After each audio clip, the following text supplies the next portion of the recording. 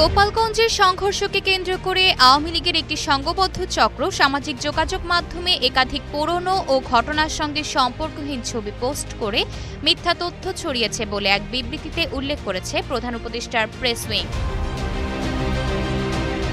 বুধবার CA press wing fact check তার verified Facebook পেজে এক বিবৃতিতে জানায়, ১৬ জুলাই সামাজিক যোগাযোগ মাধ্যমে নিষিদ্ধ ঘোষিত আওয়ামী লীগের সংশ্লিষ্ট একাধিক অ্যাকাউন্ট থেকে গোপালগঞ্জের সংঘর্ষ নিয়ে নানা পোস্ট ছড়ানো হয়, যার উদ্দেশ্য ছিল এই দিনের সহিংস ঘটনার মনগড়া বক্তব্য প্রতিষ্ঠা করা। বিবৃতিতে আরও বলা হয়, একটি সংগঠিত প্রোপাগান্ডা অভিযানের অংশ হিসেবে প্রভাবশালী আওয়ামী লীগপন্থীরা পুরনো ও ঘটনার সঙ্গে সম্পর্কহীন একাধিক ছবি শেয়ার করেছেন, যা এই দিনের সহিংসতার দৃশ্য বলে মিথ্যাভাবে উপস্থাপন করা হয়েছে।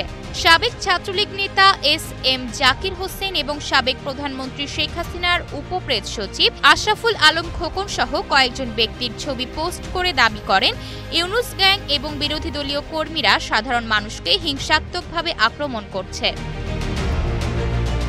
একটি ছবিতে দেখা যায় স্থানীয় লোকজন এক আহত কিশোরকে বহন করছে, পেছনে আগুন জ্বলছে এবং উত্তেজিত জনতা রাস্তায় বিক্ষোভ করছে।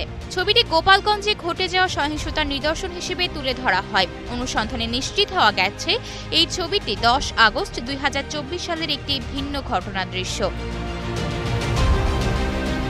এসব বিভ্রান্তিকর ছবির পাশাপাশি আওয়ামী লীগপন্থী অ্যাকাউন্টগুলো ভিত্তিহীনভাবে দাবি করে বাংলাদেশ সেনাবাহিনী নাকি বেসামরিকভাবে মানুষের উপর নির্বিচারে গুলি চালিয়েছে। এসব মিথ্যা প্রচারণা জনমতকে ভিন্ন খাতে প্রবাহিত করার উদ্দেশ্যে ছড়ানো হয়। প্রেস উইং এর মতে, এসব ভুয়া প্রচারণা ও যাচাইকৃত সত্যভিত্তিক তথ্য সম্পূর্ণ ভিন্ন চিত্র তুলে ধরে। বিবৃতিতে বলা হয়, মাঠের বাস্তব ঘটনা বিপরীতে আওয়ামী লীগপন্থী সামাজিক মাধ্যম চক্র ইচ্ছাকৃতভাবে বিভ্রান্তিকর, প্রাসঙ্গিক, বর্জিত ও মনগড়া ছবি ছড়িয়ে টাইমলাইন ভরিয়ে ফেলার চেষ্টা করে। আয়শা অর্থী, নিউজ ডেস্ক, গ্লোবাল টেলিভিশন।